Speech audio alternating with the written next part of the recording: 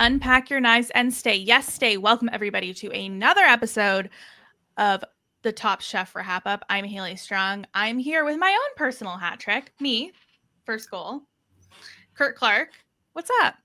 Not much. Last week I thought we kind of exhausted all the Canadian stereotypes, but I forgot about hockey. We have tons, and next week we have Michael Sarah, so we are not done yet. And the third member of our hat trick. Hi, Latonya. Hello. How are you? Good. Do you like hockey? Kind of. Being from Chicago, we have the Blackhawks, right? And there was a span of 2 to 3 years where all they did was win, and it was very fun. It was like after I graduated, I was like coaching, and then I also had a job like at the Chicago or the National Association for Urban Debate Leagues. It was fantastic. Yeah. And coming from Michigan, I'm a big hockey fan. I'm actually, where I live in Michigan, I think I'm closer to Chicago than I am to Detroit. So I'm also like, if I had to pick a team, it would be the Blackhawks. And like even when I was in school for Michigan State for undergrad and grad school, I think like I had season tickets like for, I want to say 4 or 5 of those 6 years between the 2 degrees. I had hockey season tickets. So I had not football. Wow. So, yeah, and I couldn't tell you anything about the rules other than get the puck in the net. I did not know any of these hockey terms. I knew hat trick. I knew hat trick. Yeah, I knew that one. Okay, so I am. I wouldn't say I'm personally a long-suffering Leafs fan, but my father is. And then you know how they say you always like marry your father. I did that in the fact that Ethan is also a long-suffering Leafs fan. And he was getting real heated in this episode because he doesn't believe any of those terms actually exist. He's like, I've never heard that. I'm like, you don't play hockey. The next one, I've never heard that. They made that up. I'm like, you don't play hockey. He's like, I've never heard that one. That's phenomenal. You don't play this game. You watch it, sure, but you're not like in it. I just blindly accepted. I'm like, Kristen's not going to lie to me. Kristen will never lie to us. I trust Kristen. And I trust Natalie Spooner, who, if you are a longtime reality TV fan, you'll have met Natalie Spooner before. Really? She was in the very first season of The Amazing Race Canada. After they had just won the gold medal in hockey, her and one of her teammates were on that season. And if you are up on The Amazing Race lore, she is the start of the 5-hole. That sounds bad. That sounds bad. I do remember, and I like to think that this will make Jessica Lees proud.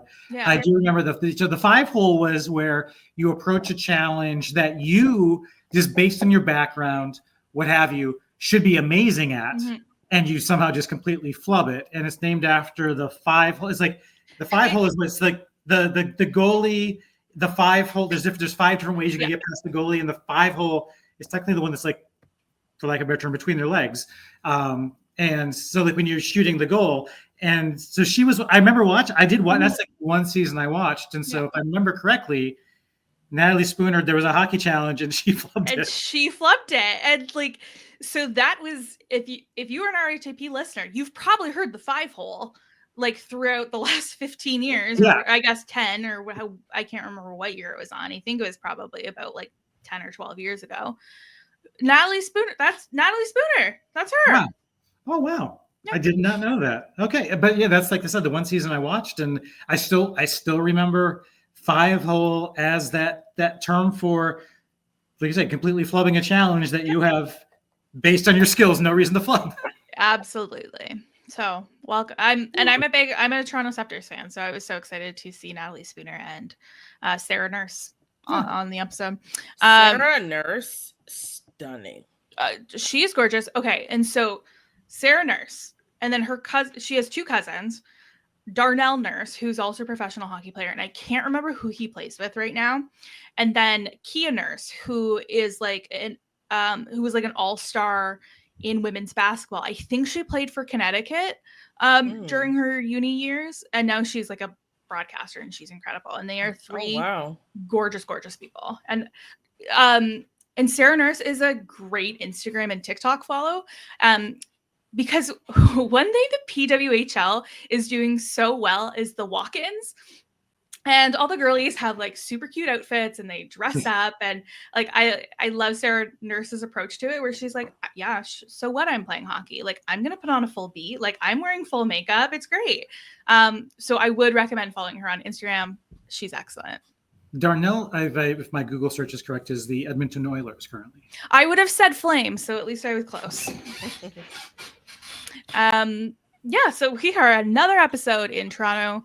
Our quickfire challenge is create your own version of a Jamaican patty. Toronto has a really large Caribbean population, and they do I'm sorry if I'm like botching this, but like Caravana, like they do I think like the second largest Caravana festival, probably the largest out of the islands. So I'm really excited that they're like highlighting this. Have you had a Jamaican patty? Have I had a Jamaican patty? Have you had any of the 3 branded versions of the Jamaican patties that were on the show?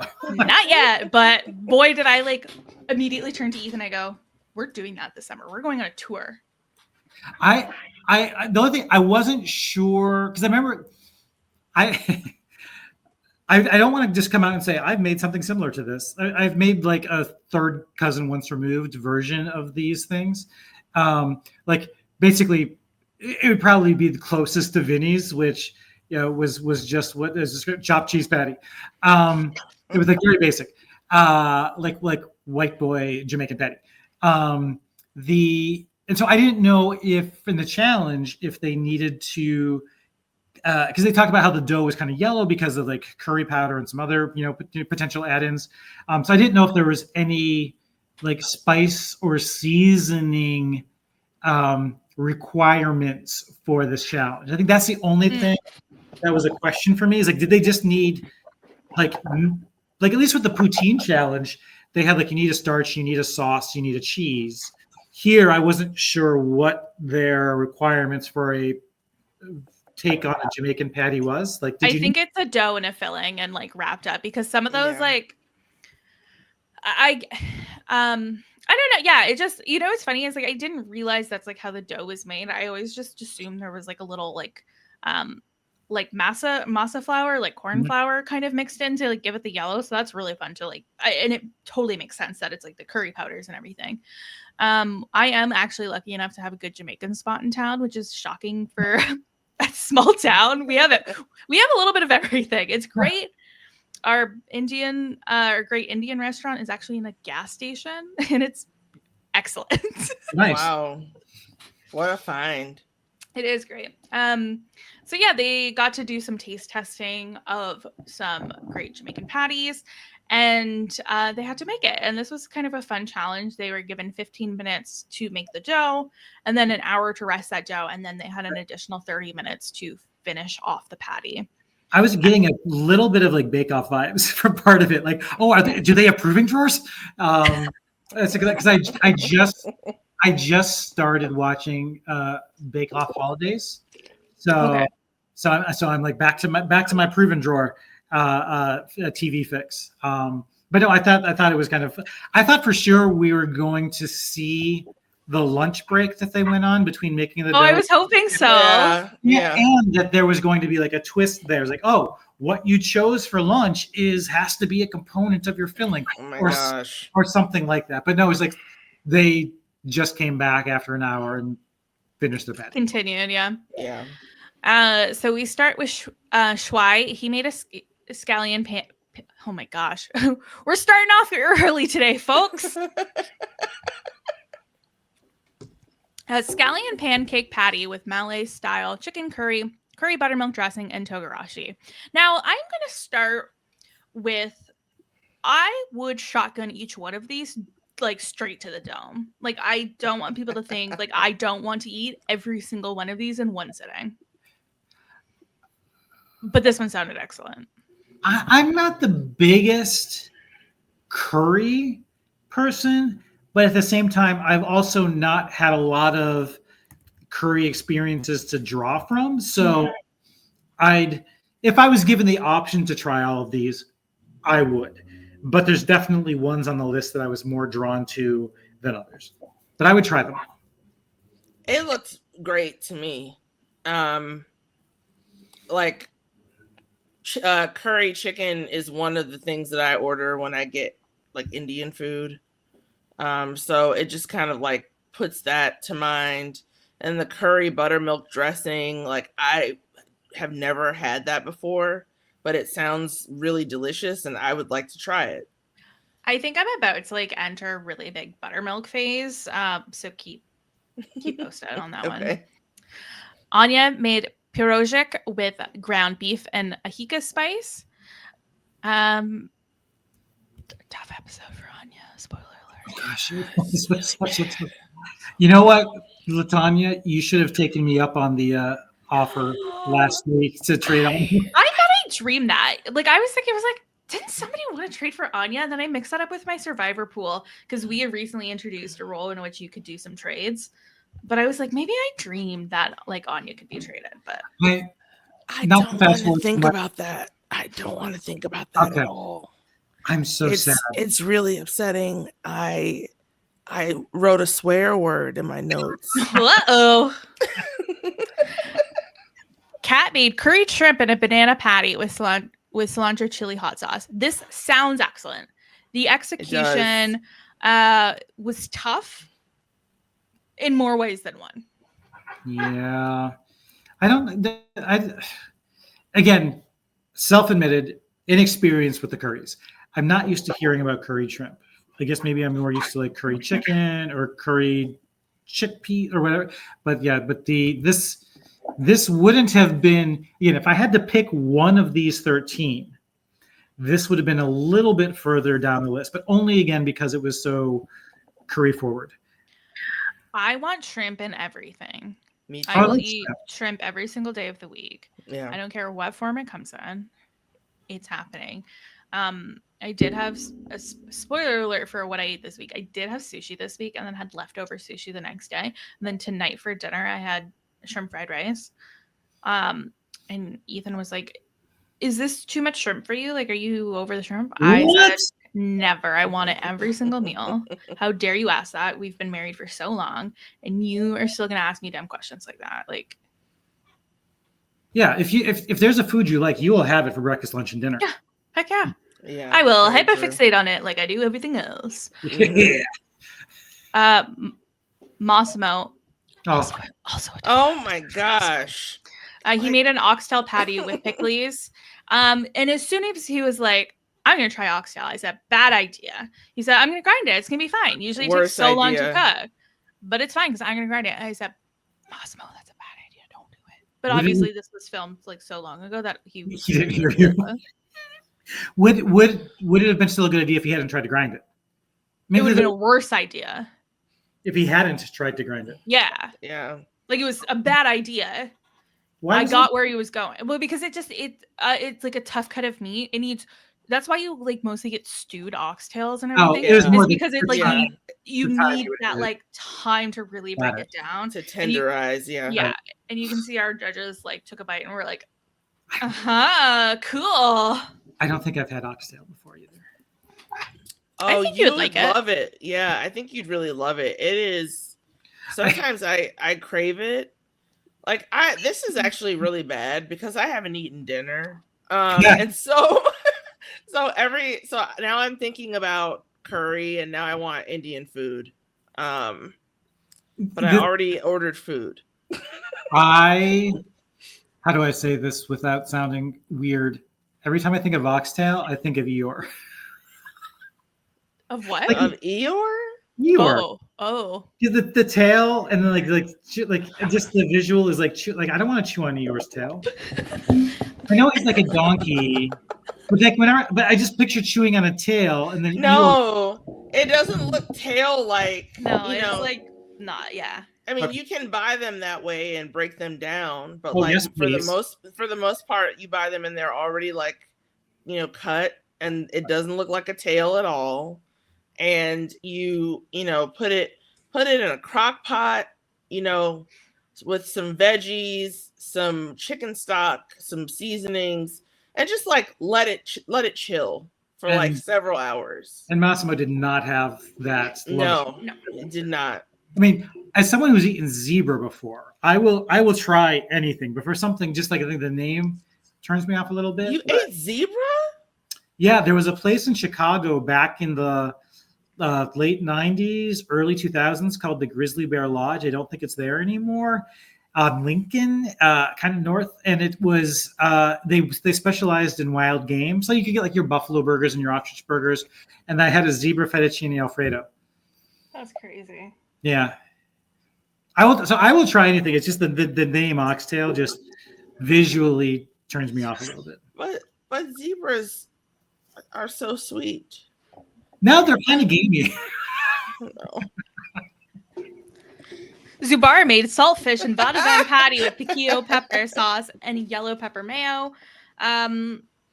Again, to the dome, I would take this. Yes. I'm very happy to have him on my team. He has been doing well in this competition just by being himself and like bringing in, cooking techniques and ingredients that he uses to like honor, his traditions and his hot wife, who's so hot, gorgeous wife, yeah, who's so smart apparently, who's in tech, yeah. It's like, hey, yes. It's not fair for you to be that hot and also smart. Like it's not. No, you get to pick one. Yeah, seriously, it's annoying. Corwin made garam masala and Jamaican curry and vadavan patty with chickpea chana. Again, that sounds good. Like, what do you want me to say? It sounds delicious, and I want it. I feel like this was Corwin's challenge to lose. You know what I mean? Yeah, they all just like looked at him, and he was like, "Was he the one that commented about like this is like featuring the diaspora and like this is food I can relate to?" I think he was the one that mentioned it. I believe he said something about it. Like, I mean, he has he's of Jamaican heritage. Like, he's always wearing the Jamaican flag. So I bet he's eaten 1 billion beef patties, or Jamaican patties before. So when they announced that this is what they were doing, I was paying close attention to Corwin because I was like, "Oh, he's got this, of course." And he wasn't in the top, he wasn't in the bottom. He was just in the middle. So, it's fine. But I'm sure it'll motivate him going forward in the competition. Henry made fenugreek and turmeric patty with char siu and mushroom. There were some issues with this one as well. He wasn't quite getting the cook he wanted in the oven, so he threw it in the fryer, which doesn't seem like a great choice to do like the double cook, but YOLO, I guess. And he wasn't in the bottom, so it wasn't that bad, I guess. And it seemed like a couple people ended up doing that. I think they were like, this didn't turn out how I thought it would. Who was it? Was it Corwin that used the pizza oven? I think so. Yeah. That was genius. I love when people do that. They're like, perfectly good cooking method right here. I thought it was great. I thought it was a beautiful idea. Tristan made an after-school beef patty with beef, taleggio patty, and ketchup vinaigrette. So fun. It was in a little cup. I'm surprised they didn't like comment on it being in a little cup. This one seemed approachable. This one seemed like entry level for people who may not be sure about the Jamaican patty. Here's your gateway to this world of patties. A whole new world of patties. That's our new restaurant. Yeah. And there can be so many different kinds of patties too. We can. We have to hire Anya. just for like storytelling purposes. Yeah. Great. Paula made a spiced lamb patty with goat cheese and ají casero. Yes. I don't know about the goat cheese in this. What? This was how God. This was like Ecuadorian Greek fusion. Yeah, I just feel like that would be I feel like it would be too tangy, I guess, but I don't know. I would. This is one of like the three that I would have picked. Like they just I like lamb. I love goat cheese, and let me try this ají casero. I don't know. Like this one, there's something about this one that just really intrigued me. That I was really interested in. Yeah, for some reason, for some reason goat cheese just doesn't like go here for me, but it didn't go here. Oh my god. That was I'll work on that. Uh-huh.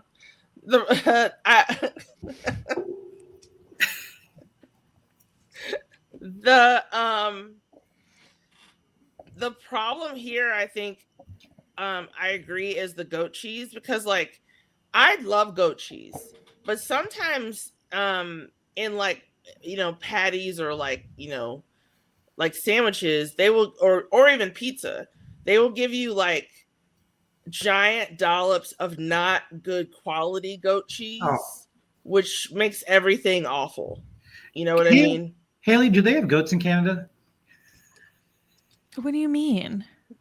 I think it's a pretty straightforward question. Are there goats in Canada? Yeah, of course there are goats in Canada. Why wouldn't there be goats in Canada? Well, what I'm saying is that I'm guessing that this was pretty high quality goat cheese. They okay. It's like, where are we going here? Where are we goating here? Where are we goating here? They're in, Latonya, in Chicago on Halsted, there's a burger and hot dog joint called Flubadub Chubbs. Yes. Yes. They have, one of their burgers is a goat cheese on a burger, and I always, when I went there, would ask for extra goat cheese, and it was just so decadent. And so I think it's because I've had it on this burger and it's worked so well that I can't imagine it not working with this spiced lamb patty. And that's fair, because like I do love like goat cheese on a burger. Like I love goat cheese. I love goat cheese. For some reason, like what I want from like a Jamaican patty and what I get from goat cheese is just like not meshing together in my noggin, you know? Okay. Yeah, but that's fair. That's fair. Cesar made a lamb toaster with Jamaican curry, strawberry glaze, and lamb fat powdered sugar. Okay, hear me out. I love a salty and sweet. This sounds a little odd to me, and then also his shell was bad. This sounded odd to me, but in a way that intrigued me. I'm like, it was kind of like Monte Cristo-ish in terms. That's fair. Yeah, that's fair. But like, I think the one thing that sticks out of this as the most odd is the Jamaican curry for me, and which is strange given like the nature, like the root of this challenge.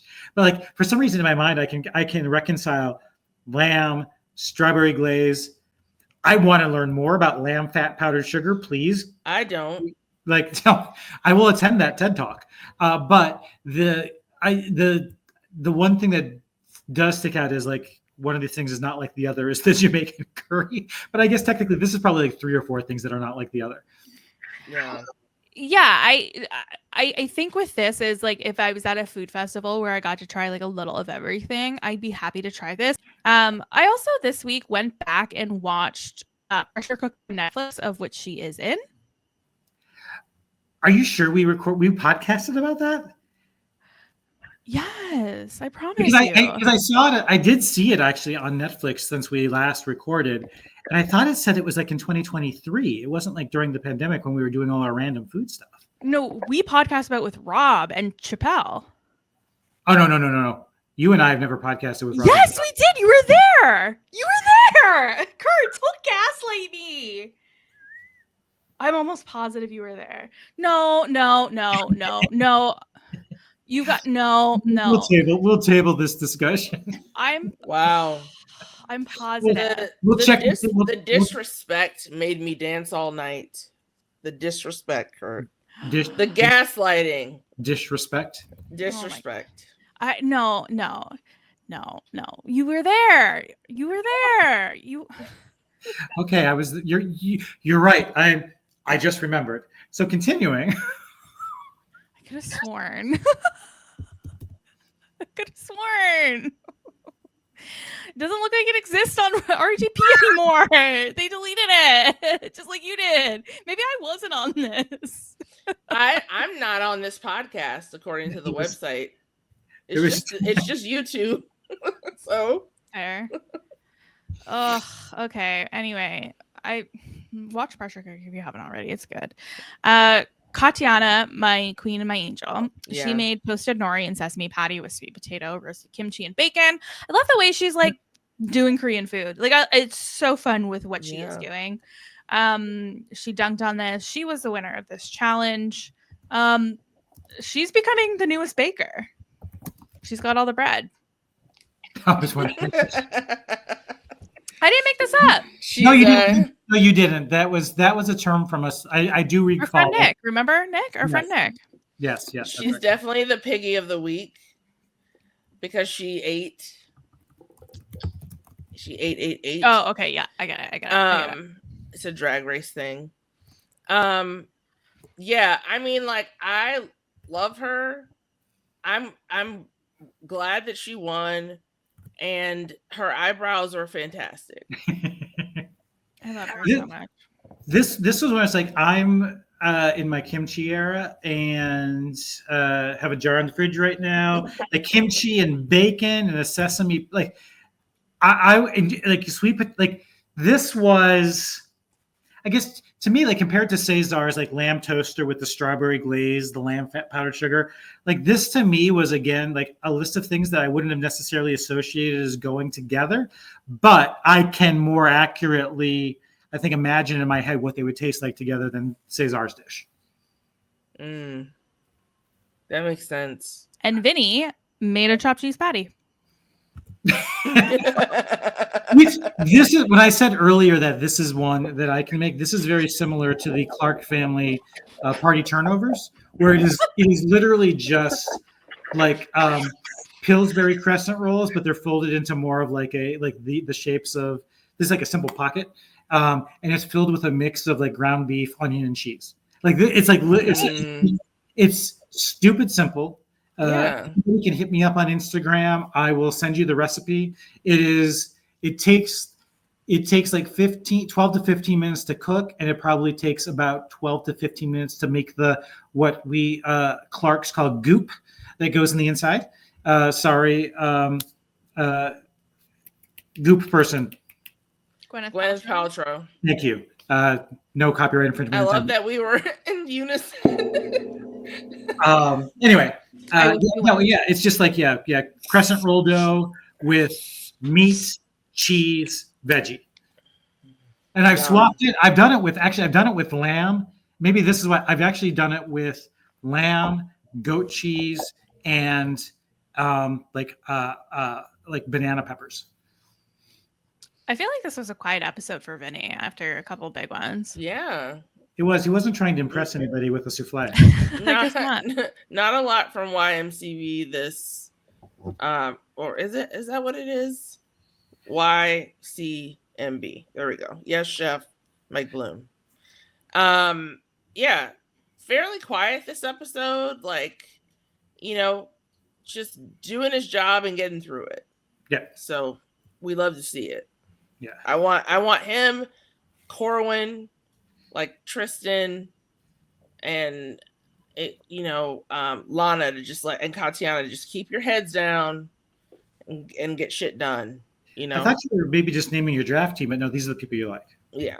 Just like I was rooting for Anya. I like all of them. I was rooting for Anya as well. And she was on my team. That was tough. It was. My neighbors may have heard a dirty word yelled. Oh, I thought you wrote it down instead, or did you do both? I did both. I wrote it down.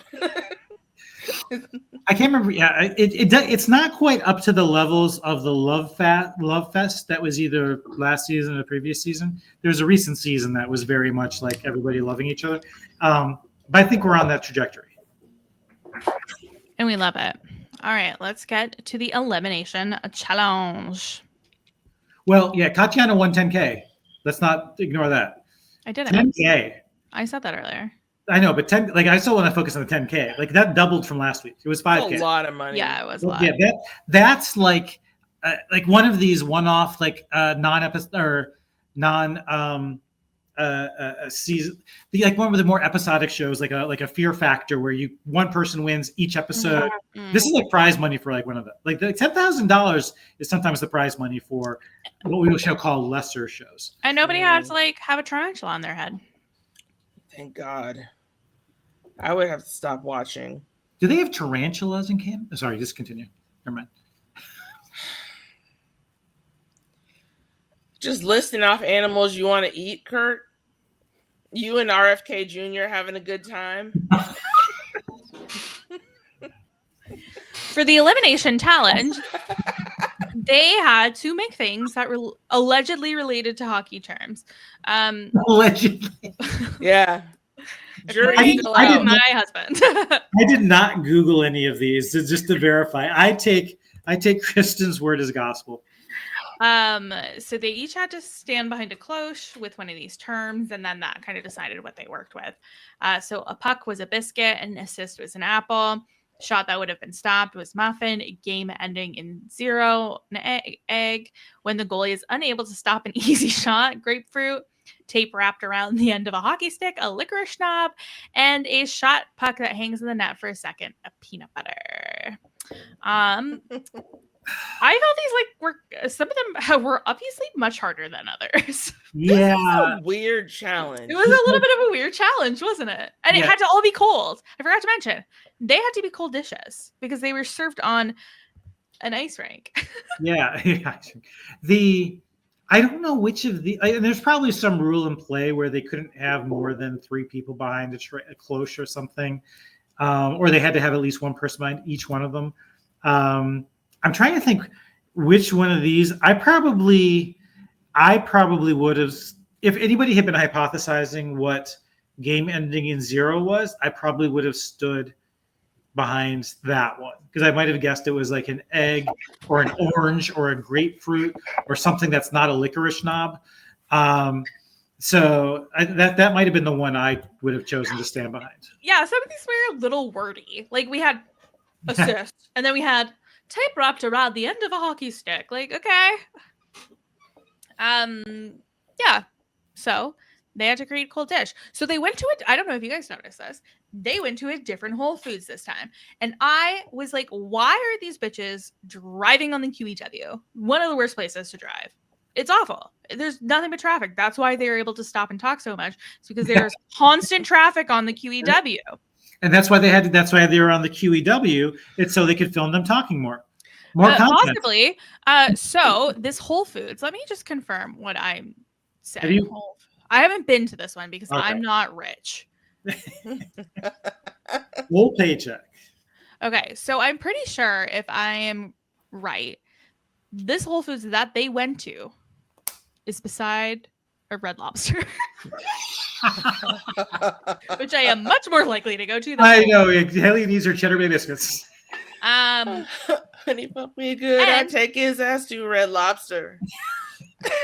If you hit it right, I might take him on a flight on my chopper. Okay, maybe they didn't go to that one. Maybe they went to the one in Mississauga. But if it's the one in Oakville, for all you local girlies, you see it when you're on the GO train from Burlington to Toronto.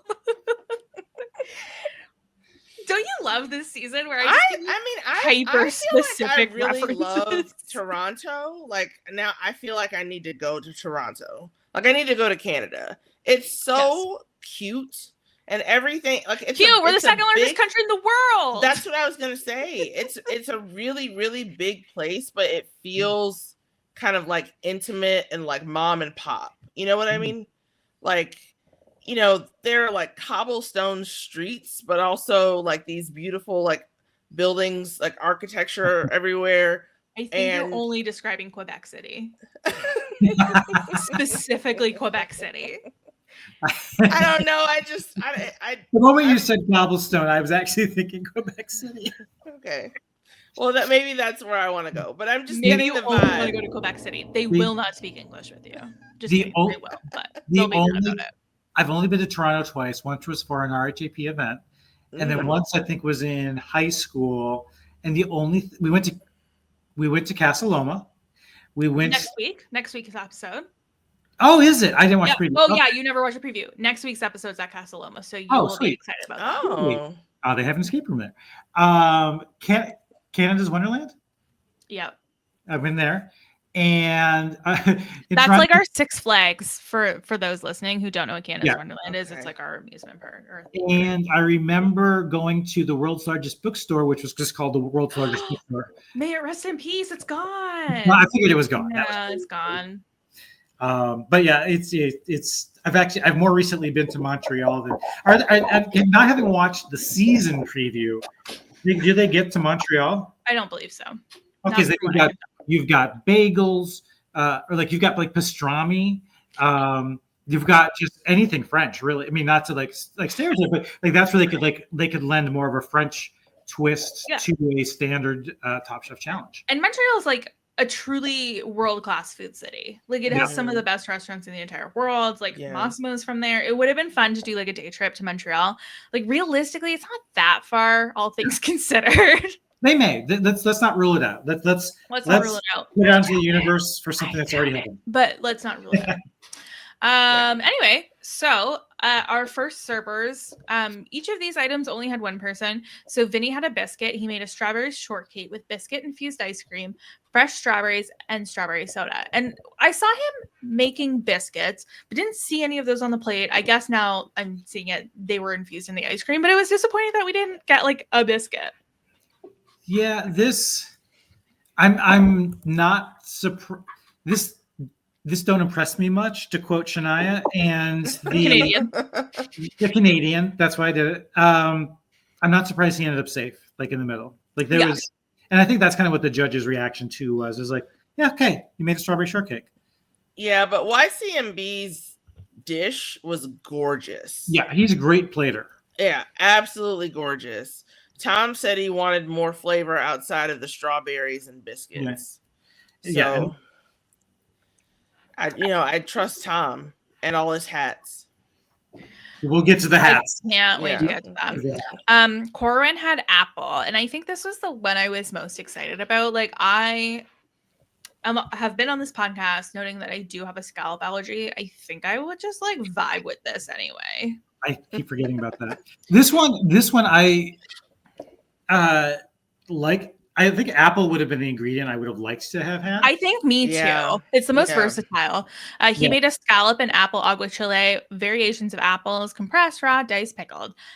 Stunning plate. Sounds really good. Yeah. I'm like, okay, this sounds dumb. I'm in my aguachile era, and I like haven't had an aguachile in a year, and it like tortured my soul.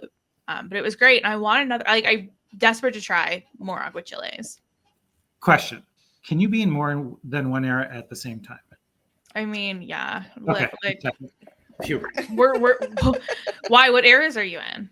I am in my hot sauce era. I am in my tea era. This feels like an end of show question. Let's come back to that. Let's also describe what it is. Okay. All right. I will say that Corwin's scallops look phenomenal. Like so good. Like I was really sad that this wasn't a shrimp aguachile. I would order this and then immediately regret it because of the Scotch bonnet. Yeah, but I was still like Scotch bonnet. I was like, all right, see you later, everyone. Yeah, I completely forgot. I would still enjoy it. I would just, I just need another drink, and to help. The thing that intrigued me about it also is not just the way like he did like all these different variations of apple, but like that you could have like that your Honey Crisp is very different from your Fuji is very different from your like he could have gone like a matrix of different apple preps that's just I find this was but he went the route of so I think he went with Granny Smith, but then he prepared all of these different ways and there's more than the just like the compressed raw diced pickle. Like he did I think he did like a jellied apple. This just impressed me much. Yeah, they said it was restaurant ready. One of the judges. I love that. Fantastic. Then next up we have our muffin men. Massimo made a banana muffin cremo with chocolate muffin ganache, speculoos meringue, and roasted muffin banana ice cream.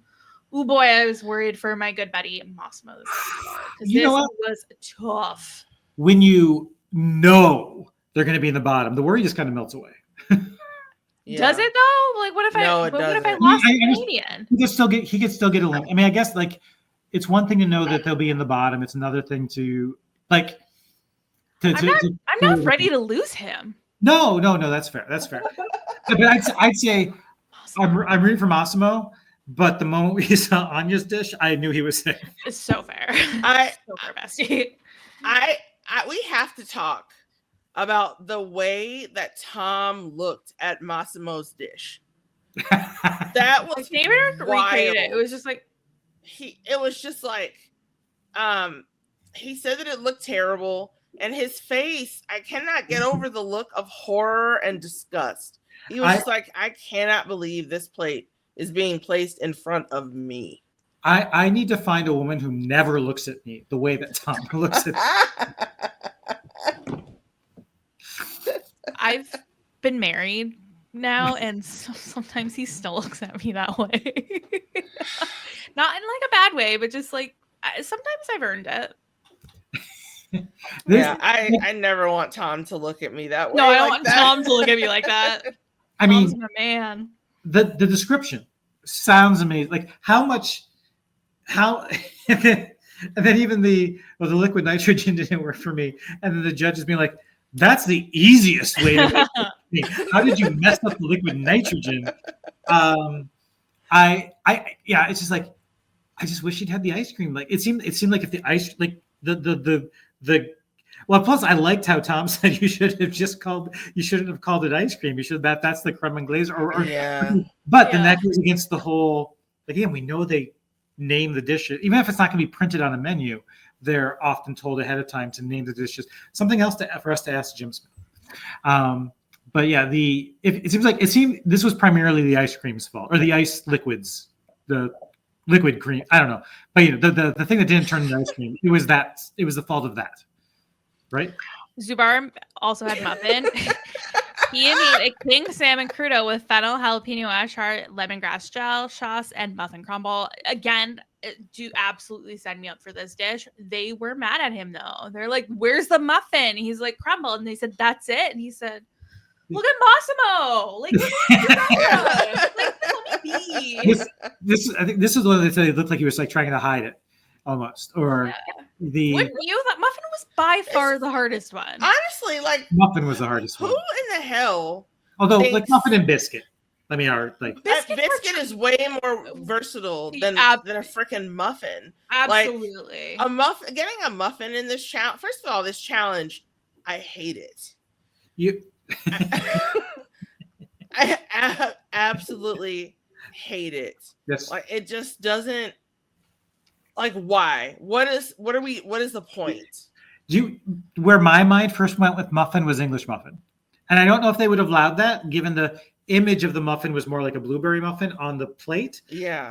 But I think if I had gotten muffin, I would have gone down the road of some sort of like Benedict tartare. So it's cold, but it's like that's yeah. And the thing is, you can also like this was something that we ran into with egg, and we can talk about that when we get to it. But when I think it was Tristan, did Tristan have egg? Yeah. When he picked egg, he's like, "Oh, you're gonna prepare egg in all these different ways." Oh, but those are hot. But no, you can cook it, but it has to be served cold. Right. So I think it would have. So you could still, like, if you'd gone with, again, I'm just like proselytizing about the English muffin, but if you had you could have toasted the muffin, and that gives you a texture, but then you let it get cold. Anyway, I would have gone with like some tartare Benedict muffin thing, as you were. So I think that we need to get Curt off the podcast because he just said that he wanted to cook Benedict Cumberbatch, and what in the Dahmer? Like, no. Henry and Kat were our grapefruit girlies. Henry made a grapefruit leche de tigre with salmon, charred avocado, and grapefruit sorbet. Sounds lovely. Kat made a grapefruit and scallop tartare with paloma aguachile and grapefruit snow. Both these were in the middle, so like good for them. But I don't like grapefruit. But again, I was like willing to risk it all for another scallop aguachile. Like my exposure to grapefruit is like really in two forms. Like slices of it in a salad, not necessarily like an all fruit salad. Like I think I've even seen it like on a green salad occasionally of some sort. Yeah. Or grapefruit half, lots of sugar. But as an ingredient, I would have tried. I actually, when Kat's dish was read out, like the paloma aguachile, the scallop tartare, the grapefruit snow, I was like, tell me more. This is interesting. It was very interesting. Yeah. This was like one of the contenders, like a top 3 that I might have tried. I'm not a fan of grapefruit. back in the before times, it was recommended that to eat grapefruit as like breakfast if you wanted to lose weight. So I, started eating grapefruit, like, half of a grapefruit, only like no sugar, because the sugar would make me gain weight. So now I only associate grapefruits with like weight loss. And so no. Like if it's not like a salad, then I'm like normally fine with it. But yeah, I get triggered by grapefruits. That is upset. Like that's weird. I have to figure that out. I have to work on that one. Then we have our licorice knobs. Katiana made grilled chicken and licorice soba with cucumber and daikon, and Cesar made chilled shrimp salad with licorice tea and licorice ice cream. They had me very worried about Katiana this episode. Really? Yeah, they were just showing her a lot. She got a lot of content, and she was very nervous about not getting enough licorice flavor in. And then last minute, she was able to get it in, and it worked well enough for her to win the episode. Like, good on her. Yeah, she did a great job. Like, she started off with a plan almost immediately, and she just executed, like really well. And she had to pivot, in the kitchen to try to get more of that licorice taste infused in what she was doing, but she made it work, and I am proud of her. Like, me too. She did a fantastic job. Congratulations on winning this episode, Katiana. You friggin' deserve it.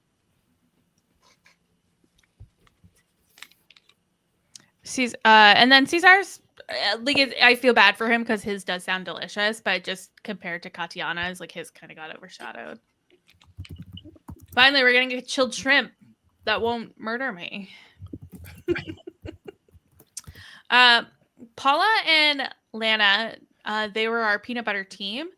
Paula made ceviche. Oh my gosh, you're not going to do this to me. Yippee yappa. Yippee yappa with sablefish, cucumber tartare, avocado cream, and fried quinoa. Lana made a chilled peanut soup with pickled shrimp, suyo oil, and candied peanuts. I do think, like, presented with all of these, I would be ordering Lana's. Like, that sound incredible. They seem to like it. I love, like, a peanut butter savory moment. Yeah, but for me, I would be like, given I've done like enough like Thai food where you'll get like chicken or shrimp with peanut sauce. I'm fine with that, but it's the pickled element with the peanut soup that threw me. Oh, I was like, I'm very into this. Me too. Yeah, it's more the pickling for me. I love pickled, like, everything. Spoiler again for like upcoming discussion about food, but I got like an assortment of pickles from this Mediterranean place, and they have like pickled beets, like along with regular pickles, and then they have there's something else that they give you, but like I love all different types of pickled vegetables. So like to try pickled shrimp sounds really, really cool, and I would like to do that. I want that experience. Yeah, I'm not against the pickled shrimp. It's the pickled shrimp and peanut butter soup that throws me. That comment. Yeah, no, I'm fully expecting that I'm gonna take a Zofran before I go eat this meal. So. And then Paula was in the bottom with hers. She, like, what she was describing this as is a very Ecuadorian version of ceviche. It is a little heavier on the sauce. I thought it looked stunning. Like, I love the dollops of like the oil in it. I thought it looked really gorgeous. It looked beautiful. They didn't like it. What did they say? That there was just too much sauce and it overwhelmed it, and the fish there was no real flavor to. I felt bad for her on this one. Yeah, it was. I felt like she was very much defending her local cuisine. Tristan, Shuai, and Anya were all eggheads. Tristan was in the top with his beef tartare and garlic toom, shattered Benedict aioli, egg yolk jam, and shattered deviled egg. Very cool. Yeah. Very gorgeous. I loved what he did with this. I don't like deviled eggs as normal, so I don't know if I would. I don't. There's different aspects of this that I am not gravitating towards. So I will say that Tristan's dish should come with a pamphlet that has all the ingredients that he used in it, because hearing his description, he just kept going and going. I was like, what is not in this dish? This better be amazing. And it was. So, congratulations to Tristan. It's been really fun watching him this season because he seems to be having a ball. Yeah, I like him. He's really like upbeat and funny and like personable, and he seems to legitimately be competing but also having a great time. And a lot of content from him this week too. Yeah.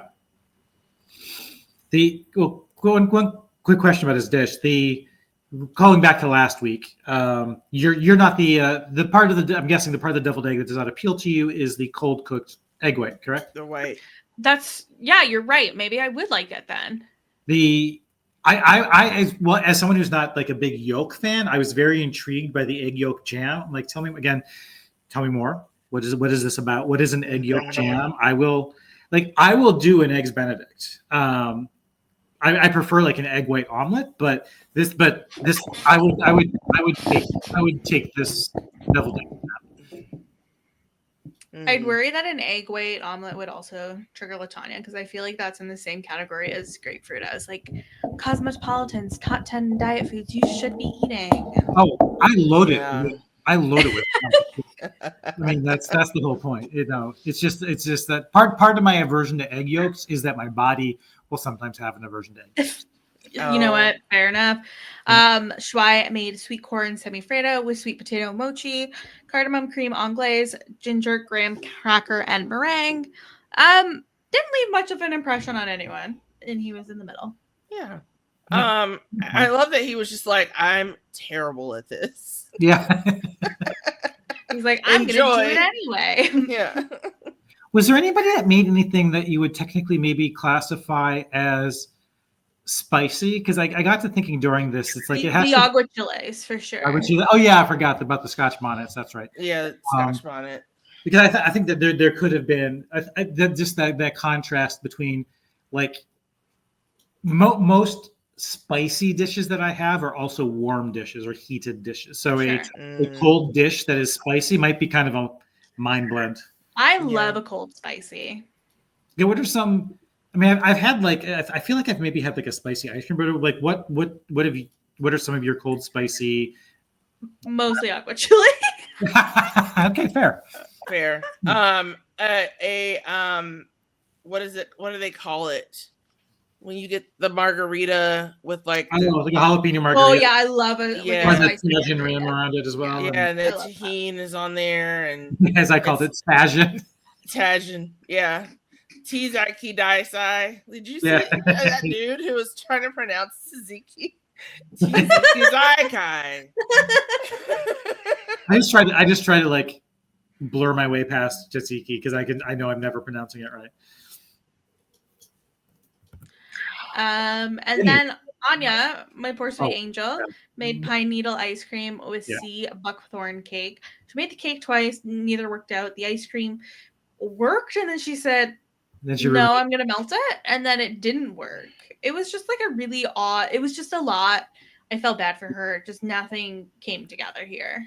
I really loved the dedication to like telling the story of like her hair, like her culture, and like and Russia, and like even like Siberia. Like there was like a lot of interesting dishes we were going to get out of her.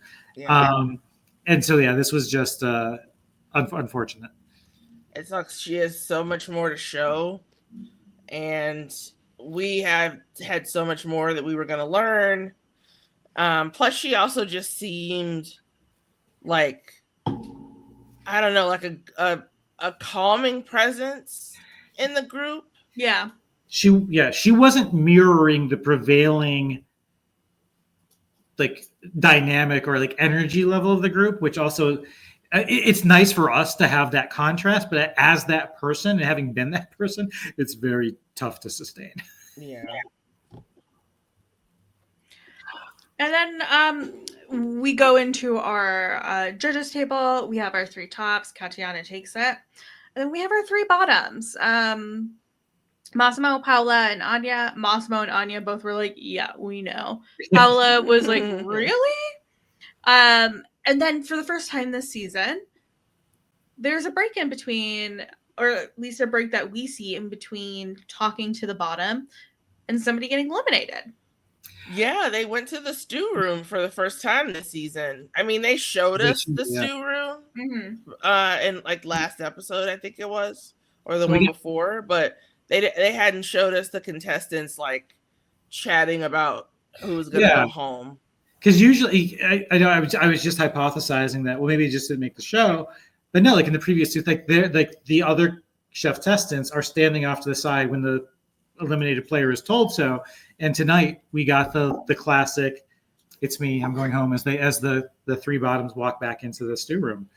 Yeah, and I don't know how much of that had to do, because weren't the last 2 episodes both 2 people? Like it was between, I believe, and pretty immediate too. Yeah, there wasn't a lot of discussion or debate, and I don't know if that's because there was 2 or but or if it was more obvious who, like, where at least here they were just like Paola's is not the worst. Like the other 2 were worse than her. It's like she's safe. Which of the ice cream soups is going home? Mm-hmm. Which, when you're 10, is like the ideal way to eat soup. Is like you stir up or to eat ice cream. Like you stir it up and then you. Yeah, I used to love to like put chocolate syrup in it and syrup so hard. Like basically, it was a milkshake that I was eating. Exactly.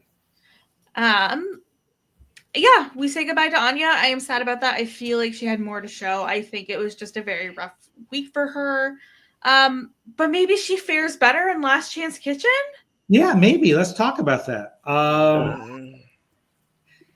Both of you did watch, correct? Yeah. Yes. Yeah. Well, but like Tom's describing the challenge, and again, we're, as usual with Last Chance Kitchen, it will often reflect something about either the reason the eliminated player got eliminated or some aspect of the elimination challenge. And so here it was kind of carrying on the hockey theme, and also discussing and bringing Tom's hat love into the game. It feels like they knew what I wanted. Oh yeah, because you were early, like in week 1, like you were hoping for more hat contests between Tom and Mimi. Yeah, that was me. Yeah, that was you. Okay. I love Tom. I love his hats. I was so thrilled that we were commenting on it, and I like this. I like the setup of this challenge. It made sense to me. I love that there was no time limit. But what happened, Curt? Well, yeah, and the original intent of the challenge between Sam, Bailey, and Anya was that they could take as long as as much time as they wanted to cook, but they basically, the time was the amount of time your opponents were taking, because the goal was take as long as you need to cook in order to get Tom to like 3 of your dishes. And basically the first 2 people to get 3 check marks or 3 goals with Tom, which is a hat trick, 3 goals in one game, they advance, and the person who doesn't. And then, I hope it wasn't because of some of the things I said last week, Sam, not from Nova Scotia, from British Columbia. Very different places. Very different places we discussed last week. He's like, Tom, I just want to say something. And obviously, Tom knew that this was coming. Like, they had to have briefed Tom. You think? He seemed very shocked. I didn't think he asked why, you know? Yeah. And it just seemed like Sam was not enjoying this. Like, not enjoying, but this was not something that Sam, I think, just felt he was ready for. Like, not from a capabilities perspective, but from the capabilities plus pressure and all flavors of pressure. So he ended up bowing out. What did you both think was going to happen at that point? Because I know what I was thinking / hoping would happen. I thought he was just going to say, make me 3 dishes and we'll have a nice time and have like a little party where we're all going to eat. Oh, okay. Latonya? Yeah, I thought that that he was just going to keep the challenge the same, only there would be 2 people participating. Oh. I also thought that he might bring back like the most recently eliminated chef. Yeah, I thought maybe it was going to be between the 4 of them even. I thought they might bring back Mimi. I didn't even think about the potentially also bring that. Would have been interesting. Like, you know what? All of you, get your aprons on. Yeah. But instead, I think like several of us, all 3, the hat trick of us, would have liked to have seen what you had proposed, Haley. Like, let's just cook. Like, you guys are fine. Let's have a nice time. Yeah, let's have a nice time. But instead, like, they did put and before this even happened, Anya's like, "Oh, no time limit. You're speaking my language, Tom." And then he says, "You know what? Let's put 45 minutes on the clock, and it's the first person to be able. And if you're not the first person, it's like if either or both of you are able to serve me 3 dishes that I like within 40, was it 30 or 45 minutes? I think 45. Yeah. Then if you're able to do that, you can advance. It might be one of you, it might be both of you, but if it's neither of you, then we'll go to sudden death, and I don't know what that's going to look like. We'll figure it out. And Anya, she scored the first goal. It seemed like a very simple cauliflower soup with crispy cauliflower, and Tom liked it, so she got her first point. Bailey then presented Tom with an heirloom tomato and peach salad with stracciatella, mint pistachio pesto, and parmigiano. That scored her a point, and she followed up pretty quickly with her second point by giving him a baked feta al forno, artichoke, honey olive tapenade, and the ever versatile rye cracker. And he loved this so much good that he was like eating it while he was waiting for other food to come. Yeah. Like he was like, I'm going back to this actually. Yeah.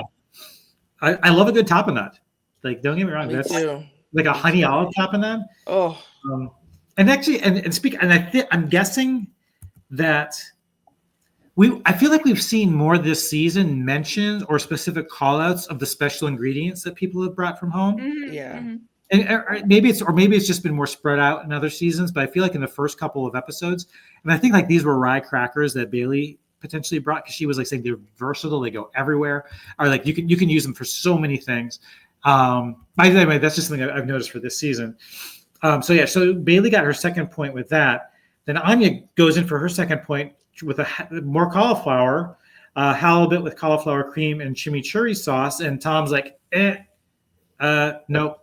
Not doesn't pass. And then he went and showed the girlies in the audience. Yeah. That halibut did not look appetizing at all. It just looked like someone threw it on the plate and like we're like, oh yeah, there's a sauce. And I think that Anya was already kind of cooking in parallel for her what she was thinking were going to be her last 2 points. This really threw her, I think. Just the dish being discarded. Bailey went back in for her final point, offering up spiced lamb with pickled tomato chili sauce. And she got her third point. She made it to the next round. She is advancing. And then we're just seeing Anya, the timer countdown. She presents Tom with a scallop with citrus sauce. And I feel like this is the first times where we got like while eating commentary where it says this is terrible. Wild to me. Yeah. Yeah. And then at that point, there's like she needs 2 dishes. There's 30 seconds on the clock. I think that point I was like, you know what? Be free, Anya. Yeah, I felt that. This was very tough to watch. I was pretty broken for her. Yeah, I think as reality TV fans, we will often lament non-elimination episodes, whether it's like medevac on Survivor or non-elimination leg in older seasons of Amazing Race. I would have liked this week to have a non-elimination last. I mean, technically Sam, but also it's like a show about people who've been eliminated. Like Anya's already been eliminated. Like, give her a break. Who cares? Who cares? Just let her have this one. So she's gone. I mean, she's gone. Like she's out. Even though like that's not how that round was supposed to work. Yeah, That's the second member of my team that is out, and 2 in a row. We had each had someone like between Massimo, Laura, and Anya. We each had somebody in the bottom 3 of the main show after the elimination challenge. I was pretty sure it was not going to be Laura given Massimo and Anya's soup. The producers are probably like, "You cannot get rid of Massimo. He is television gold." Like, television gold.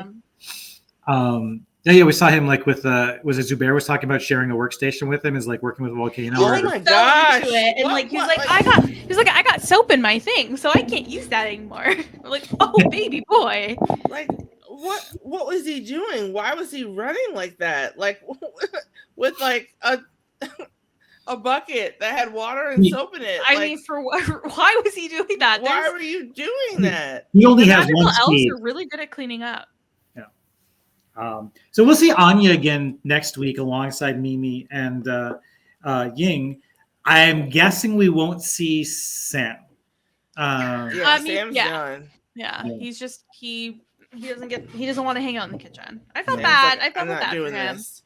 I understand. Like, I feel like the way he was hinting at was like that this competition was not good for his mental health. Mm-hmm. And so I fully support anyone who is, like, quit. If something is not bringing you joy and it is hurting you and causing you to have mental health issues, leave. Yeah, no shame in it. Whoever said like winners can't be quitters or quitters can't be quit? Who gives a fuck? Yeah. Like, if something's not serving you, move on. It's okay. It's okay. I think it wasn't. Didn't we have someone last season like left at Last Chance Kitchen? Yeah. Well, yes, we had the winner of Last Chance Kitchen. I can't remember her name. She went back into it again. Yeah, she came back. She came back into the competition, and when she got kicked out again, she said, "I don't want to do this anymore," and that's so fine. Yeah, that's true. I remember that now. That's so fine. Whatever. What works for everyone else might not work for you, and that's okay. It was probably tougher for these two to make those decisions than it would have been to stick in the show. I mean, that's like, and so it's and also knowing you're doing it in front of all these cameras and so many viewers, it's also very brave. Yep. So, but good for them. Curt, what did you eat this week?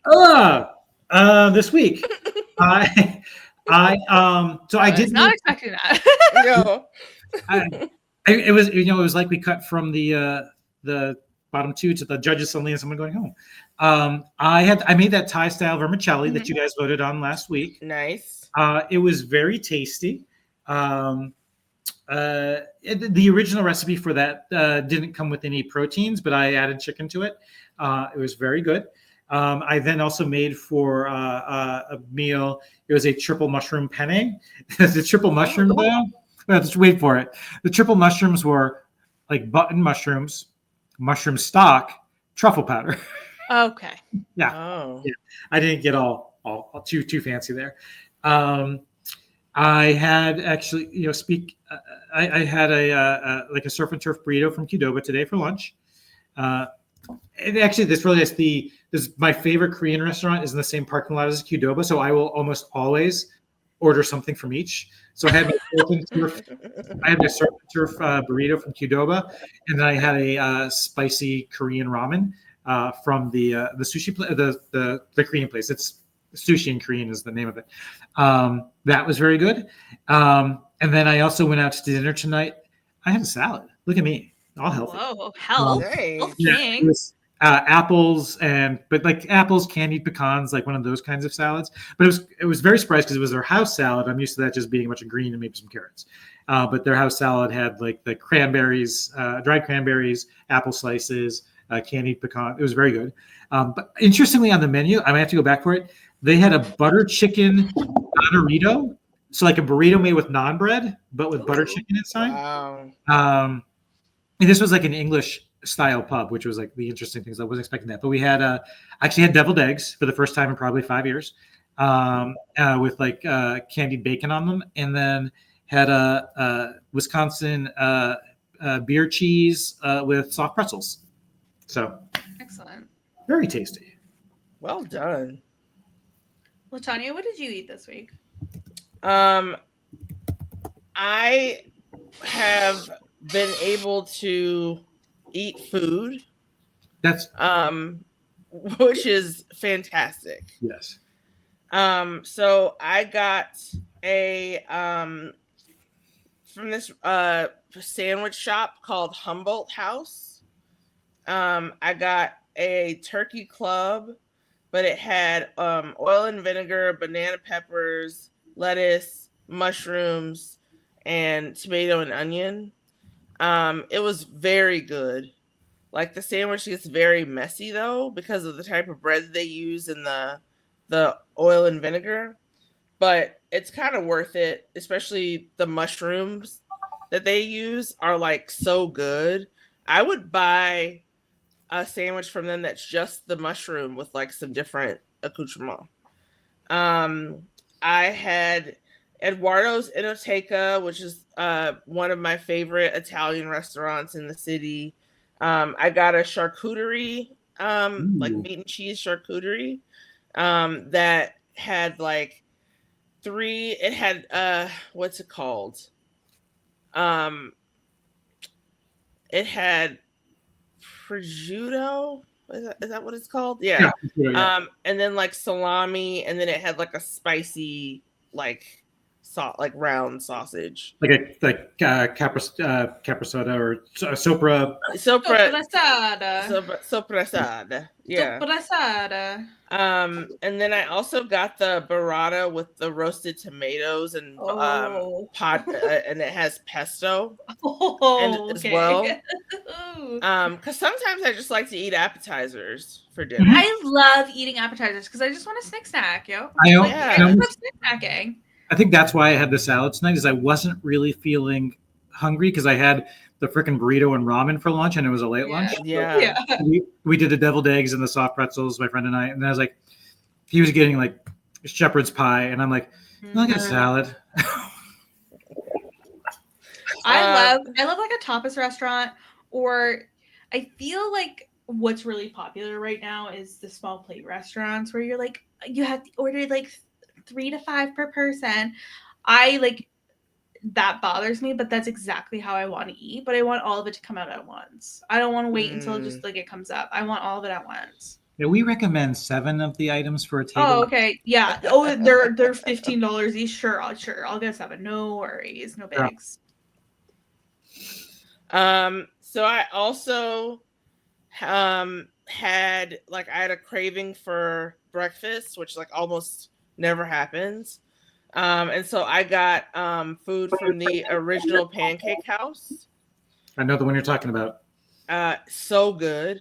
I got the California Benedict, but I got my eggs scrambled.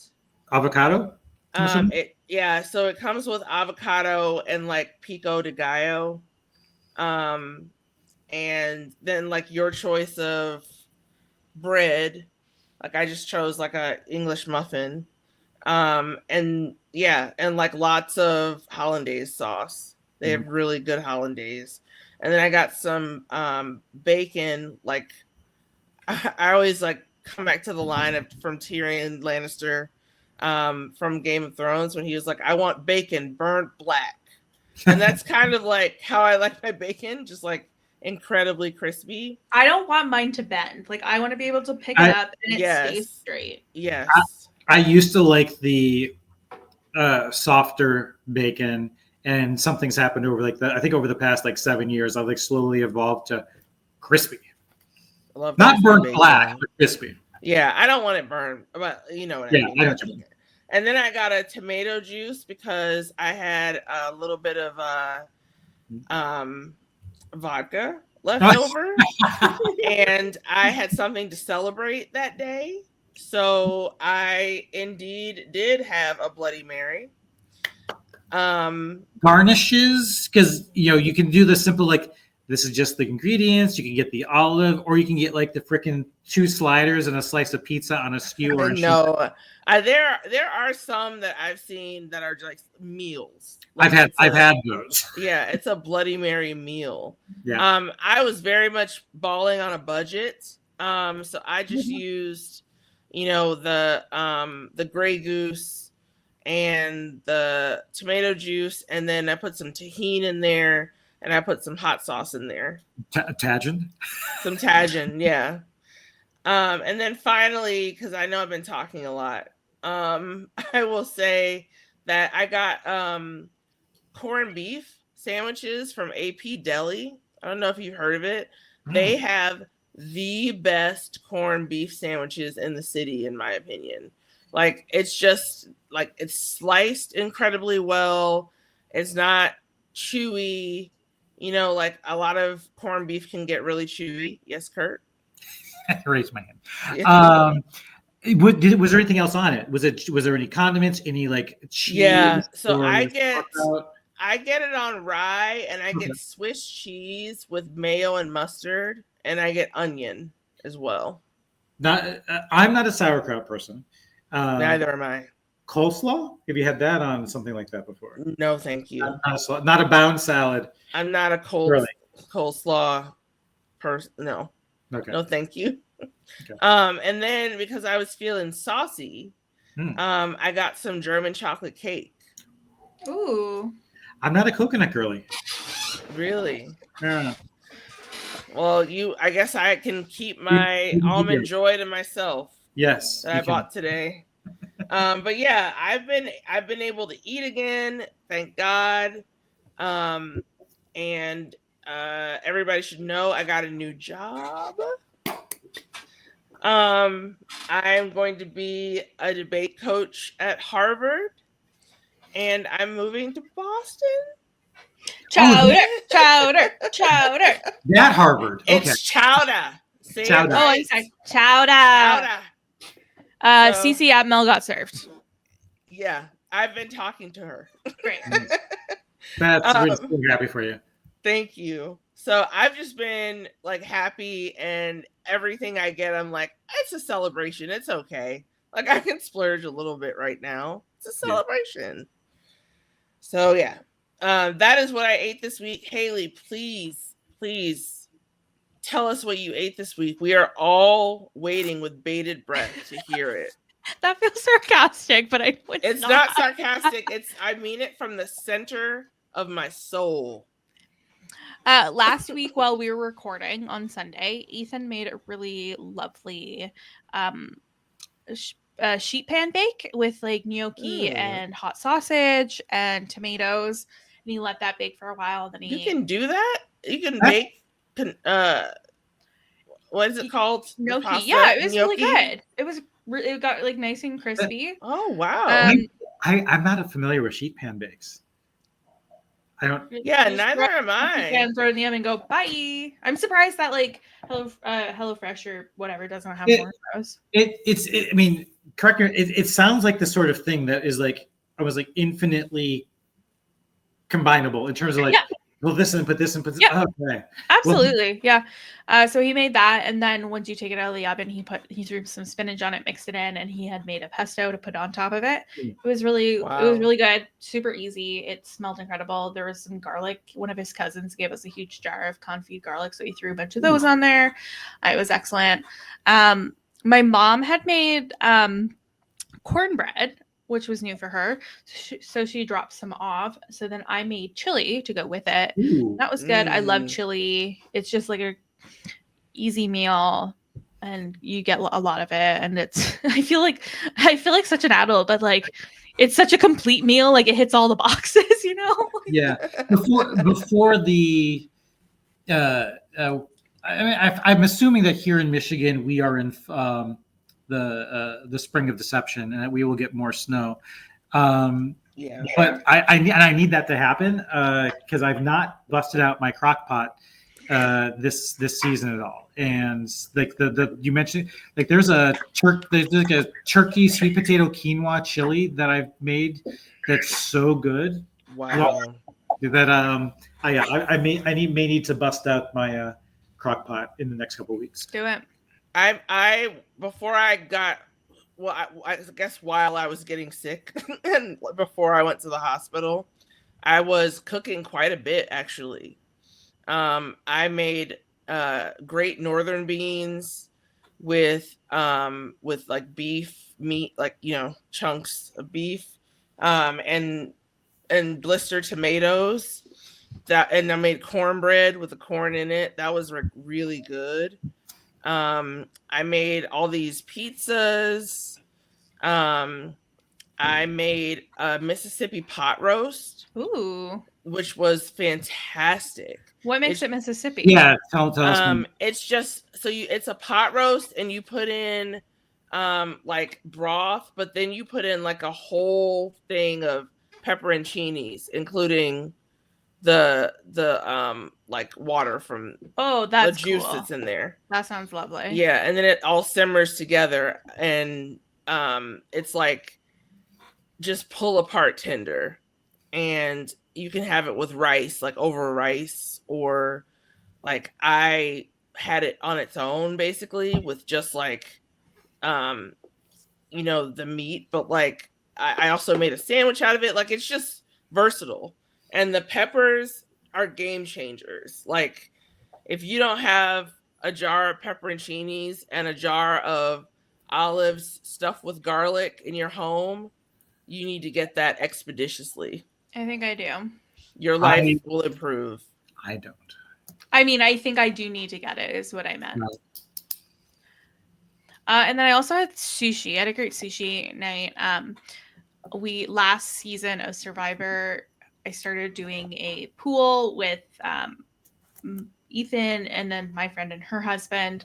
And the deal was whoever ended up with the winner on their team, sushi dinner. And so my friend Amanda won, so we got sushi dinner, and it was fabulous.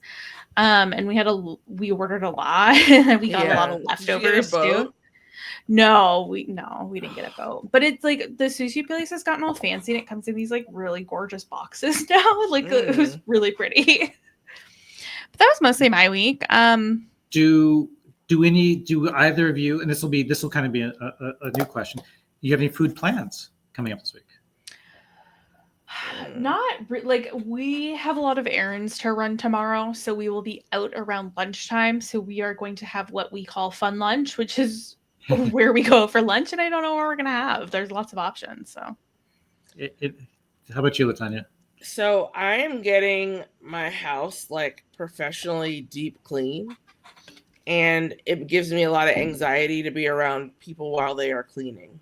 So I am going to a hotel. And I'm very excited. I'm not sure which one yet, but I am very excited about it. And I'm also very excited about the room service menu. So nice. I will be at least one day this coming week, probably two. I'll be ordering some room service at a hotel. Nice. One of my good friends and listener of the show, Maureen, she floated this idea of the if you ever stay at a hotel and there's two beds, one of the beds is always the food bed. Oh, yeah, that makes sense. Yeah. Because I'm codependent, I rarely leave the home without Ethan. Like if we do go to a hotel and there is two beds, we will sleep in separate beds. So you make his bed the food bed, and you just eat all your crumbs over there. And for me, I'm visiting one of my friends, one of my high school friends. He lives about 90 minutes away in Mount Pleasant, where Central Michigan University is. And I discovered when I was there a year ago, they have like a Korean restaurant. It's like one of those things where it's like a small Michigan town that has a Korean restaurant. But the food was okay, but the service was just very friendly. So I'm going to try to convince him to let us go there tomorrow. But otherwise, I don't have a meal kit coming this week, which means I'm going to eat a lot of takeout, which I'm very excited about because I don't enjoy cooking. Welcome to my world. We're doing like freezer clean out, so it's just going to be a lot of cobbled together meals with pantry staples. Nice. Yeah, it's about to get rough in here. Like I'm fleeing. I really have no choice. Like I get enough panic attacks. I don't need like that to induce one. Yeah. Treat yourself. I'm gonna treat myself. I kind of deserve it, I think. Oh yeah. I just got this new job. I had 2 job offers, y'all. So I got 2 job offers in 1 week. And one of the jobs that I got an offer for, I did the interview while I was in the hospital and still got the job. So I think I deserve a little comfort. There's a word that's like bigger than deserve that I can't put my finger on right now that describes this. You warrant. You warrant this. I warrant it. I do. I claim it. You claim, yes, dibs. So I will hopefully have like a fun update in terms of what I ate for the next podcast. But Haley won't be here. No. Bye. I'll be back, actually. Yeah. I'll be back, actually. So you're going to be gone the next 2 episodes. Yes, unfortunately for all of you. Yes. Or fortunately, depending on your attitude towards me. It's unfortunate. The unfortunate thing is that in 3 episodes, we'll get to hear about a lot of good food. That's so true. Well, you know what the best part about not being on the podcast is being able to listen to the podcast that I never get to listen to. I love listening to Top Chef podcast. I feel like I remember listening to some podcasts while I was in London where I was called like Papa Curt or something, or like Daddy or something like that. That doesn't sound like us. No. I Zaddy maybe, but you know, that's none of my business. No, okay. Okay. I stay above. It's above me. I need to keep things clear and present. So if you want to be Zaddy, you're Zaddy. I'll take it. So we'll try to push all the right buttons next couple of weeks. We're trying. Latonya and I are reaching out and seeking out some guests to bring in, and yes. so don't want to promise anything just now, but we've got some good potential leads. Some friends of the show, if you will. But yeah, we'll try to hold down the fort while you're gone, Haley, and we'll welcome you back with open arms. I can't wait to listen. And Curt, where can people find you on the internet if you want to be found on the internet? If I want to be found on the internet, I am at Curt Clark on Insta. That's the main place you'd want to find me. I will be posting a picture of the salad that I had for dinner tonight. I took a picture of it specifically because I knew I was going to be talking about my Instagram account on the podcast. So I feel obligated to throw up a picture of the salad that I had tonight. Nice. And Latonya, where can people find you? You can find me on Blue Sky or Twitter at LK Starks. I haven't really posted a ton to Twitter of late, but I will post about podcast related things. So you can find me there, and not sure what the project is yet, but I'm going to be back on the recap kickback soon, so I will keep you all posted. Haley, where can people find you? You can find me on Instagram at @strong_. And if you want to check out everything I am reading, you can check out my Bookstagram account at The Strong Library. And then the Bachelor season coverage just wrapped up. So you can check out me and Amy's finale coverage, probably in the same feed that you are listening to now on the We Know Reality TV podcast feed. And until next time, pack your knives and go. Bye. This is RHAP. We Know Reality TV.